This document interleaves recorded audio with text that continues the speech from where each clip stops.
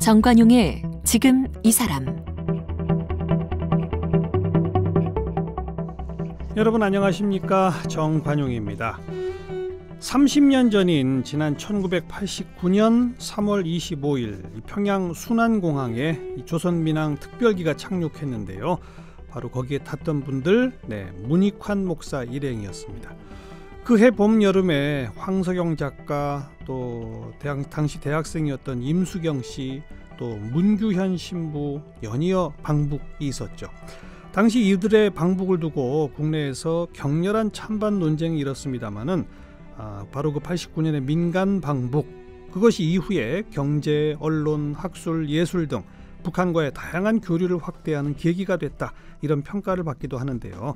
오늘도 어제에 이어서 이 한반도 정세 최고 전문가이신 정세현 전 통일부 장관과 함께 민간 방북 30년이 남북 관계에 미친 영향, 또 이 통일부 장관 시절에 주도했던 각종 남북 회담에 대한 이야기 나눠보겠습니다.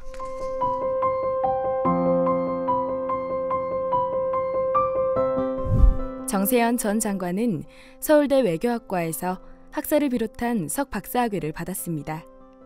1977년 현재 통일부의 전신인 국토통일원에 들어가서 남북대화 운영부장을 역임했고, 1993년 김영삼 정부 초 북핵 문제가 터지자마자 초대 청와대 통일비서관으로 발탁돼 북핵 문제 현장에서 근무했습니다.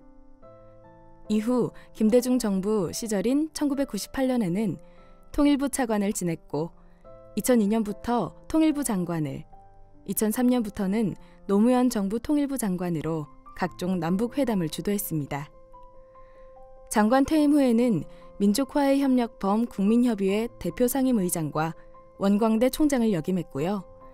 현재 한겨레 통일문화재단 이사장과 한반도 평화포럼 이사장을 맡고 있습니다. 문교부 장관상, 국회의장상, 청조근정훈장 받았고, 저서로는 모택동의 국제정치사상, 정세현의 통일토크를 비롯해 정세토크, 외교토크, 그리고 담대한 여정 등이 있습니다. 네, 어제에 이어 오늘도 정세현 전 통일부 장관 모시고 말씀 나눕니다. 제가 자료를 보니까 장관님 고향이 만주시더라고요. 뭐 고향이 아니라 출생지. 그러니까 고향은 전라북도, 아버지는 전라북도 장수 출신이고, 네. 어머니는 이제 전주 출신이고, 예.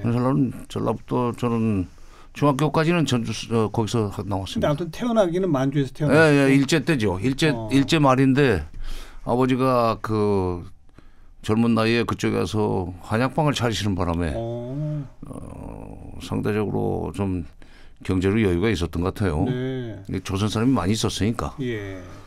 뭐 만주도 연길 용정 정도 남만주가 아니라 아주 최북단, 그 오히려 러시아가 가까운 지금의 그 하얼빈보다도 더 동북쪽일 겁니다. 그래요? 자무스라고. 우리 말로는 감옥사라고 그러는데 발음이 안 좋지, 감옥사. 근데 한자로는 뜻이 좋습니다. 무슨 뜻이에요? 아름다울 가짜의 나무 목자의 그 사계의 권위 잘 때 사자. 가목사. 가목사. 근데 거기서 해방이 8월 15일 날 되지 않았어요? 네. 제가 양력으로 6월 16일 날 태어났으니까 정확하게 2달 전에 태어나가지고 100일 지나고, 그러니까 9월 말,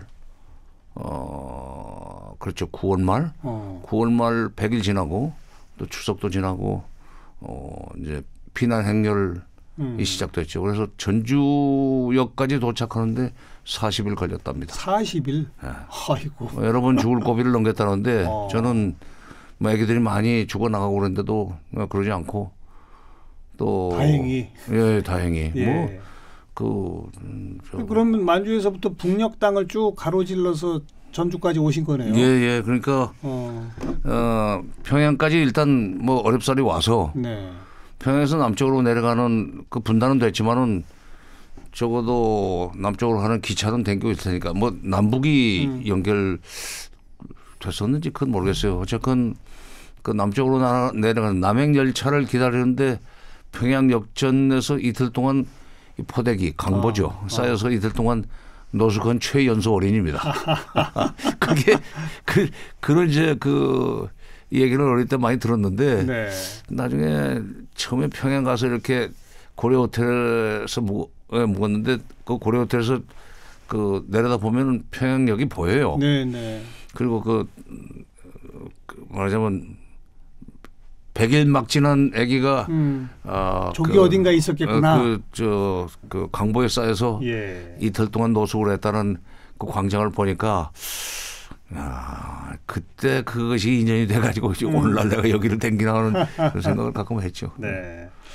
그 77년에 그때는 이제 통일부가 아니고 국토통일원 들어가셨는데 예. 뭐 특별한 무슨 이유나 배경이 있었습니까? 그거는 이제 제가 교수가 되려고 중국 문제 교수가 되려고 아까 소개할 때 모택동의 국제정치사상이라는 저서를 가지고 있다고 얘기를 하던데 제 학문적 전공은 사실은 중국 외교입니다. 근데 중국 그 모택동의 외교 전략으로 논문을 써야 되겠는데 박사과정 때 코스는 끝내고 그런데 마침 77년에 그 당시 국토통일원에서 영구직 공무원 공채가 있었어요.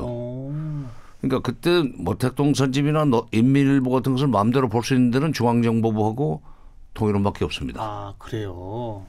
자료 보러 가셨군요. 그러니까 자료를 보러. 그것만 논문만 쓰면은 학교로 도망가려고 그랬지. 근데 못 갔어요. 못 가고는 학교에서 받아주지 않아 가지고 못 가고는 거기 쭉 막 가장이기 때문에 월급은 받아야 될 거 아니에요. 댕기다 보니까 나중에 뭐 장관까지. 글쎄 뭐 정말 저는 그 생각지도 않았던 자리고 적당하게 논문 쓰고 빨리 학교로 나가려고 사실 제가 77년에 독일원에 들어갔지만 76년부터 박사학위를 받고 난 데도 시간 강사 경력이 있어야 되니까 시간 강의를 하셨군요. 시간 강사 경력을 쌓기 위해서 10년 동안 열심히 노력했어요. 물론 박사는 중간에 받고. 그런데 10년을 해도 안 되더라고요. 그래서 이건 내 길이 아닌 모양이구나 하고는 그냥 뭐 박봉이지만 공무원으로 그냥 사는 수밖에 없다. 그렇게 해서 통일 문제가 제 직업상의 전공이 됐습니다. 그 박정희 정권, 전두환 정권, 노태우 정권, 뭐 김영삼 정권 쭉 여러 정권의 통일부에 계속 계시지 않았습니까? 근데 박정희 정권도 전두환 정권도 노태우 정권도 다 남북 대화는 하려고 했었던 거죠. 근데 이제 그 강도와 정도는 물론 다릅니다. 물론 다르죠. 그러니까 이게 협상 이론에 보면은 그 의사 협상 이제 영어로 하면 슈도, 탐색 차원의 협상 그거 차원이었었죠. 그러니까 전두환 정권까지는. 그런데 이제 노태우 정부 들어서서 북한이 그 사실 80년대 중후반이 되면은 동유럽도 엄청나게 빠른 속도로 체제 전환이 일어나지만 북한도 남쪽에 대해서 굉장히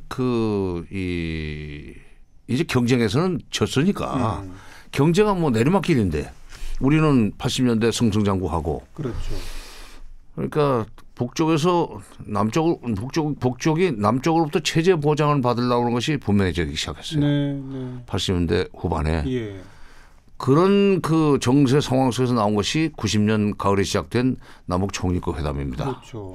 그때부터는 확실하게 합의서를 만들고 그걸 이행하겠다는 의지를 보였기 때문에 그때부터는 의사협상이라고 유사협상, 의사협상이라고 할 수는 없고 본격 협상이죠. 본격 협상이고 그 이제 흐름이 그 사실 김영삼 정부로 이제 넘어와서 그 잘 발전되더라면 좋을 텐데 김영삼 정부 때는 이 북핵 문제가 터져가지고 북핵 문제가 해결되기 전에 남북 그 대화를 통해서 뭐 남북 간의 공존이나 화해 협력을 시도한다는 게 현실적으로 한계가 있었습니다. 그러다 이제 김대중 정부에 들어와서는 북핵 문제가 뭐 어느 정도 이제 그때는 사실은 뭐 소강 상태라고 할까 나중에 결국 이제 문제가 더 복잡해졌지만 소강 상태였기 때문에 98년인 상황에서는 북핵 문제가 없었어요. 94년 미북 간의 제네바 기본 합의가 이행되고 있었기 때문에 그래서 그때 이제 햇볕 정책을 시작하면서 그때부터는 정상회담도 할 수 있지 않았어요. 그렇죠. 그러니까 사실은 남북 정상회담은 박정희 대통령이 79년 10월 26일 날 11.6으로 11.6으로 개석을 했지만 그때 1월 6일인지 9일 날 그 연두 기자회견을 하면서 네. 마지막에 평양에 어느 누구와도 언제 어디서든 만날 수 있다는 얘기를 합니다. 79년에 1월 달에. 네. 그러니까 분당국의 대통령으로서는 남북 정상회담을 통해서 자기 재임 중에 뭔가 지금 관계를 한 단계 업그레이드 시키고 싶어 하는 것은 그건 당연한 일이고 사실 누구나 갖는 거죠. 그게 의무예요. 네. 그런데 이제 상대가 그것을 진정성 있게 받아주느냐 하는 것은 문제가 있지만 그러나 이제 그런 일로 해서 성사가 안 됐고 10월 달에 그렇게 돼가지고 그다음에 전두환 정부도 또 들어서 가지고 남북 정상회담을 통해서 뭔가 지금 북쪽의 대남 이 전략이랄까 이렇게 변화 가능성 같은 걸 탐색하기 위해서라도 정상회담을 하고 싶어서 예. 그때는 이제 접촉은 했죠. 계속. 밀사가 왔다 갔다 했었죠. 밀사가 왔다 갔다 했었는데 그때 밀사 역할은 누가 맡았어요? 전두환 정권 때. 그때 박철원 의원. 네.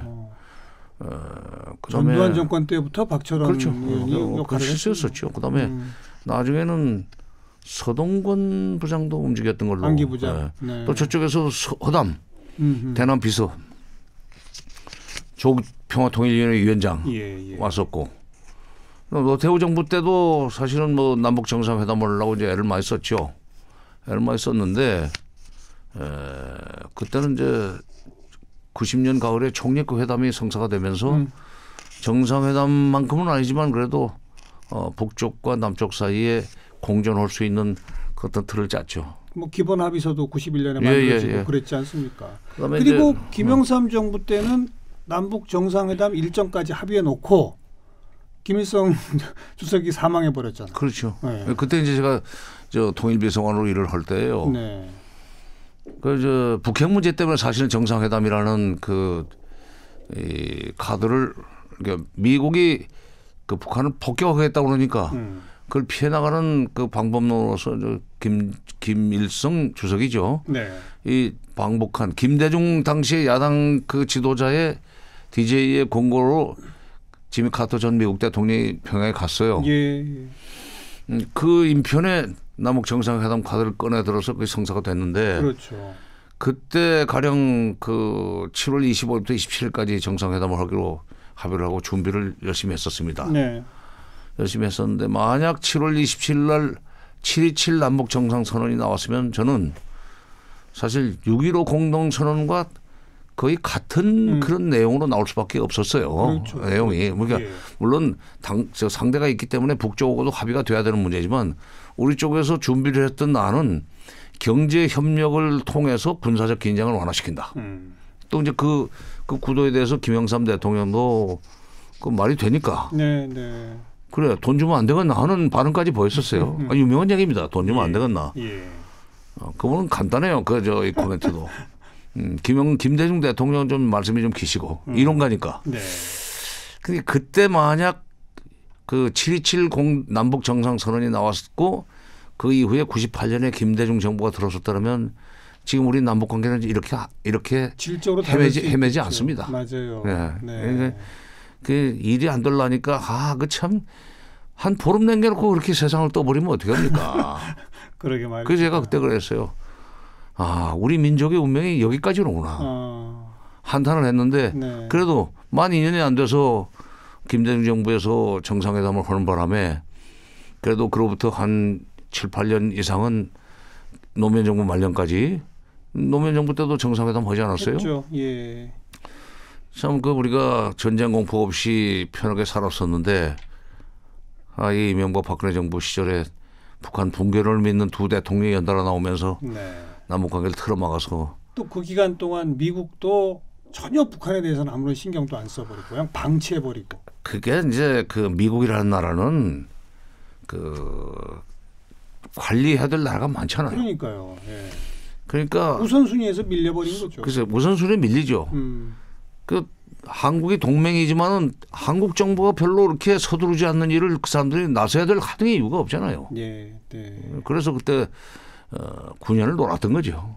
다시 문재인 정부가 들어서 자칭 민주정부, 민주 3기 민주정부라는 민주정부를 자처하면서 지금 남북관계를 복원하려고 그러는데 이게 뭐 지금 이 미국 내에 대통령 지금 트럼프 대통령은 빨리 이걸 해결해 보려고 그러는데 대통령 밑에 있는 장관 이하 뭐 백악관 보좌관이 이런 사람들이 자꾸 지난 25, 6년 동안에 미국 실무 관료들이 북핵 문제를 다뤘던 방식, 북한의 선행동 요구입니다. 그 쳇바퀴를 계속 돌리는 바람에 진도가 못 나가고 있죠. 그렇죠.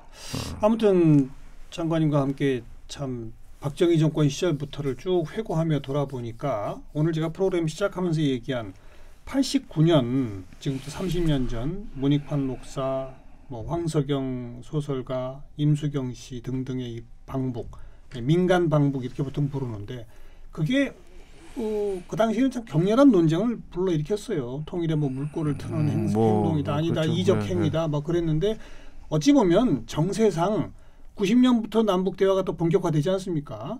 그 정세상 좀 이게 적절한 위치에 있다고도 볼 수 있대요. 근데 이제 89년이라고 하는 시점은 어떤 그 시점이냐면 사실 89년 1월 1일 그 북한에서 신년사가 중요하잖아요. 네.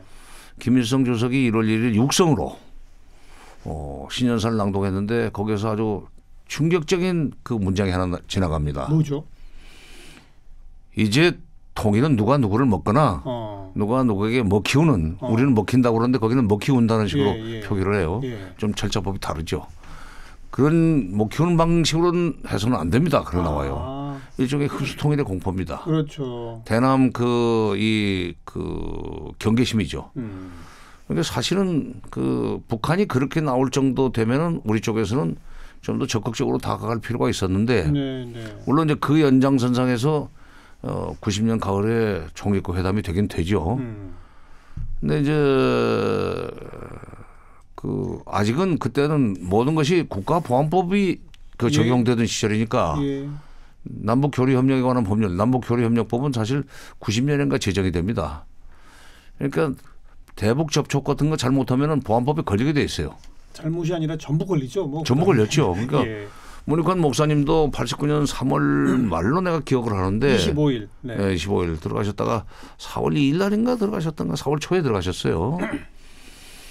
이제 그랬고 황석영 작가도 그 뒤에 거기도 3월 달이죠. 그다음에 임수경 당시에 그 학생인데 그때 그 당시에 노태우 정부의 대북 정책의 그 이 기조 차원에서는 가만둘 수가 없는 법으로 다스려야 되는 그런 행동이었었죠. 근데 다만 이건 있습니다. 임수경 학생이 지금은 이제 학생도 아니지 벌써 국회의원도 지내고 전 의원인데 그때 임수경 학생이 평양에 들어가서 북한에 굉장히 큰 충격을 준 것은 틀림없어요. 왜냐하면 그냥 북한에 고분고분하지 않았잖아요. 그렇죠. 또. 아니 김일성 주석이 그 하사했다고 그러는 이 소년단 스카프 빨간 거 이것을 뭐 저 팽개쳤다든지 그다음에 또 그 학생에 불과한데 그때 운동권 사람들이 책을 많이 읽지 않았어요. 게오르그 루카스 같은 것은 상당히 그 공산주의 이론 쪽에서도 아주 조금 좀 색다른 데고 그래서 학자들이나 그쪽을 연구하는 학자들이나 읽는 책인데 우리 학생이 읽고 북한에서는 그런 책은 금서죠. 왜냐하면 사실 김일성 선집에 나온 얘기가 원본으로 아니 마르크스나 레닌 또는 스탈린 모택동의 한 얘기들을 상당히 좀 약간 좀 그 번안했다고 할까 해서 김일성의 이 말로 맺는 것들이 많은데 원본은 못 보게 했어요. 그 뭐 김일성 대학 도서관에 마르크스 앵겔스 뭐 전집이 없더라고 그런 어느 카나다 학자가 그 말을 듣고 그 당신 그걸 몰라서 그런다. 거기서는 그게 금서다 오히려. 근데 원전이 없죠. 금서군요. 근데 그런 상황에서 김일성 대학 교수들도 잘 모르는 르카치 얘기를 하니까 이야, 이 대학생이 저렇다면 그런 충격도 줬고 네. 김일성 주석을 남쪽에서도 무조건 존경하고 따른다고 알고 있었는데 아니고 이거를 스카프를 네. 뭐 좀 매지를 않으니까 이게 그게 아니라고만 하는 저 절대적인 전제인 줄 알았는데 그게 아니다. 남쪽에서는 그게 안 된다는 것을 알았지만 말을 못했을 거예요. 네. 그래서 임수경 학생이 그때 그런 것은 이제 어떤 점에서는 북한 사회가 자기를 되돌아볼 수 있는 계기를 만들었다는 점에서는 의미가 있는데 문익환 목사님 그 방북 관련해서는 내가 나중에 김대중 대통령한테 직접 들은 얘기입니다. 어떤 있습니다. 그때 두 분이 그거 가지고 조금 다퉜어요. 김대중 대통령과 네, 김대중 문익환 대통령이 목사가 지금 가시지 마십시오. 가지 말라고 했는데 이게 그동안에 소위 진보적인 그 입장에서 남북 문제를 풀어나가려고 하는 사람들의 입지를 오히려 어렵게 만들 수 있습니다. 그럴 수 있죠. 예. 하지만 그 보수 정권의 반격이 시작이 되면은 그러니까요. 진보 지식인들이 하는 통일운동에 굉장히 좀 나쁜 영향을 미칠 수 있으니까 모든 걸 이적 행위로 몰아갈 수도 그렇죠. 있으니까. 네. 그렇게 말렸다고 그러시더라고요. 그런데 그냥 강행을 하길래 그 다음부터는 문 목사님하고는 좀 얘기가 안 됐어요. 그렇게 말씀하시더라고요. 네. 돌아가신 분이지만 하여튼 제가 그래요. 직접 들었어요. 벌써 민간 방북 30년이 네, 그렇네요. 황석영 선생은 황석영 작가는 그 갔다 와서 고생을 많이 했죠. 그렇죠. 네. 망명도 오래 하고 그 장길산 때문에 감옥도 오래 갔다 오고. 네, 장길산 때문에 김일성 주석이 아주 여러 번 황석영 작가를 만났다고 합니다. 그나저나 정세현 전 장관도 북한 측하고 직접 대화도 여러 차례 있었고 북한도 자주 다녀오셨죠.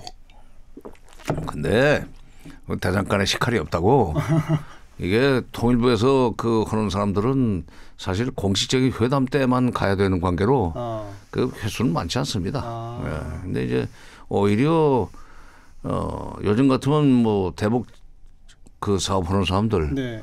또는 김대중 정부 들어와서지만은 현대아산이 그 금강산 관광 사업을 그렇죠. 시작할 때 그렇죠. 그때 뭐 정주영 회장이 소떼 몰고 가고 또 정몽원 회장도 수시로 출입하고 그 밑에 민간인들보다는 적게 다녔는데 네. 그래도 그냥 이 정부적 당국자들하고 회담을 하면서 뭐 만났기 때문에 물론 이제 평양만이 아니라 뭐 그전에는 평양 회담을 하기 전에는 주로 베이징에서 만나지 않았어요. 중국에서 먼저. 네. 베이징에서. 그다음에 또 그 전에는 이제 판문점. 그때 이제 북쪽의 대남 전략의 변화를 우리는 이제 직업상, 네. 직책상 감지를 할 수 있었죠. 그렇죠. 80년대 태도 다르고 90년대 태도 다르고 2000년대 다르더라. 그 제가 어떤 그 언론사가 이제 저한테 전화를 해서 당신 80년대 쓴 글을 보니까 굉장히 그 반공주의적 입장에서 글을 썼던데 그럴 때 많이 썼어요. 예. 통일은 월급 가지고는 술을 먹을 수가 없습니다. 그러니까 이 잔문을 써가지고 원고료로 술 먹어야 돼요. 네. 술을 좀 많이 먹거든 젊은 시절에. 근데 그때 이제 그런 사람이 왜 요즘 와서는 북한을 비판하지 않고 오히려 북한 편을 들으냐 뭐 이런 질문을 하길래 대상이 그러니까 70년대 북한 다르고 80년대 북한 다르고 그렇죠. 90년대 북한 다르고 2000년대 북한 다른데 어떻게 옛날의 북한이 지금도 평양에 있다고 생각하고 무슨 대책을 논의하느냐. 그러니까 무슨 내가 단순한 논객이라면 옛날 얘기를 하겠지만 옛날 그 고정관념을 가지고 하겠지만 나는 정책을 계속 그 개발하고 추진해야 되는 사람이기 때문에 입장이 바뀔 수밖에 없다. 그렇죠. 아니, 80년대까지 북한은 통일전선 전술로 그렇죠. 어떻게든 남쪽을 먹으려고 했던 거 아닙니까? 2대1 전략이라는 게 있어요. 네. 인구가 우리 쪽이 2배고 저쪽이 우리 반이지만 남쪽을 두 쪽 내면 반은 우리 편이다. 네. 그럼 우리가 오히려 2대1로 남쪽을 먹을 수 있다. 그래서 이제 이제 그런 이대의 전략이 있었기 때문에 이쪽에서도 정부 비판을 무조건 친공, 영공 내지는 뭐 요즘은 종북이라고 그러지만 그런 식으로 보안법으로 몰아가지고 맞아요. 제거를 하고 그랬죠. 하여튼 그렇게 달라지는 북한의 모습을 쭉 오래 지켜보셨는데 특히나 김정은 체제 이후에 북한은 또 한 번 질적으로 변화하고 있는 거 아닙니까? 예, 김정일 북한하고 김정은 북한이 좀 다르다고 봅니다. 예. 네. 근데 그거는 그러니까 김정일 위원장 시절만 해도 사실은 미국과 1대1 협상을 할 수 있는 협상 카드는 없었어요. 왜냐하면 그게 이제 기본적으로 이 미사일 사거리가 짧으니까 대륙간 탄도탄이 돼야 되는 거죠. 미국이 이렇게 겁을 안 냈어요. 네. 핵실험 선언을 해도 그건 별거 아니다 이런 거였었는데 김정은 시대로 넘어오면서 놀라운 것이 2012년부터 2017년 11월 29일 13,000km짜리 ICBM 개발에 성공을 하고 난 뒤에 국가 핵무력 완성을 선언을 하지 않았어요?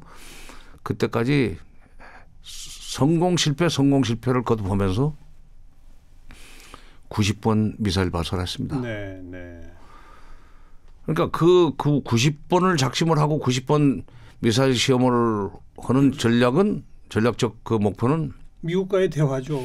미국이 무시할 수 없어서 괄목상대하게 만들어야만 대화에 나와줄 거다 하는 계산을 했던 건데 결국은 그 이후에 트럼프도 입을 닫고 남북 정상회담을 계기로 해서 북미 정상회담을 문 대통령이 추진을 해주니까 회담에 나오지 않았어요. 네. 그러니까 그런 전략 면에서 차이가 있는 것은 뭐 시간에 흘러서 나타날 수 있는 거지만 국정 철학이랄까 이게 좀 김정일 때하고는 다른 것 같다. 네. 역시 어린 시절에 외국에서 살아야 했던 것이 그러니까 어른 돼 가지고 외국에서 사는 거고 감수성이 예민한 그 사춘기 어린 시절에 스위스에서 그것도 살았던 것이 좀 더 뭐라 그럴까 자본주의 내지는 시장 경제 그렇죠. 또는 뭐 민주주의라고 그럴까 다원주의 또는 인권 이런 거에 대해서 아버지 시대와는 다른 아버지 할아버지와는 다른 그런 이 철학을 가질 수 있게 만들었고 그것이 경제를 위해서는 내가 힘들게 만들었지만 핵과 미사일을 내놓을 수 있다. 이렇게 달라졌죠. 바로 경제를 우선하는 김정은 그리고 경제를 살리기 위해서는 필수 불가결하게 미국과의 관계 개선이 필요하고 국제적인 교류력과 교류를 해야만 하고 외국 자본이 필요하다. 그러자면 북미 간의 협상이 있어야 한다. 그런 전략적 판단 아래에서 오랜 시간 핵과 미사일을 완성시키고 그렇죠. 이제는 대화 국면에 왔으니 이제는 북한의 경제를 생각해서라도 빨리 북미 협상을 타결짓는 것이 목표 아니겠습니까? 그렇죠. 그렇게 되기를 진짜 간절히 우리가 바라야죠.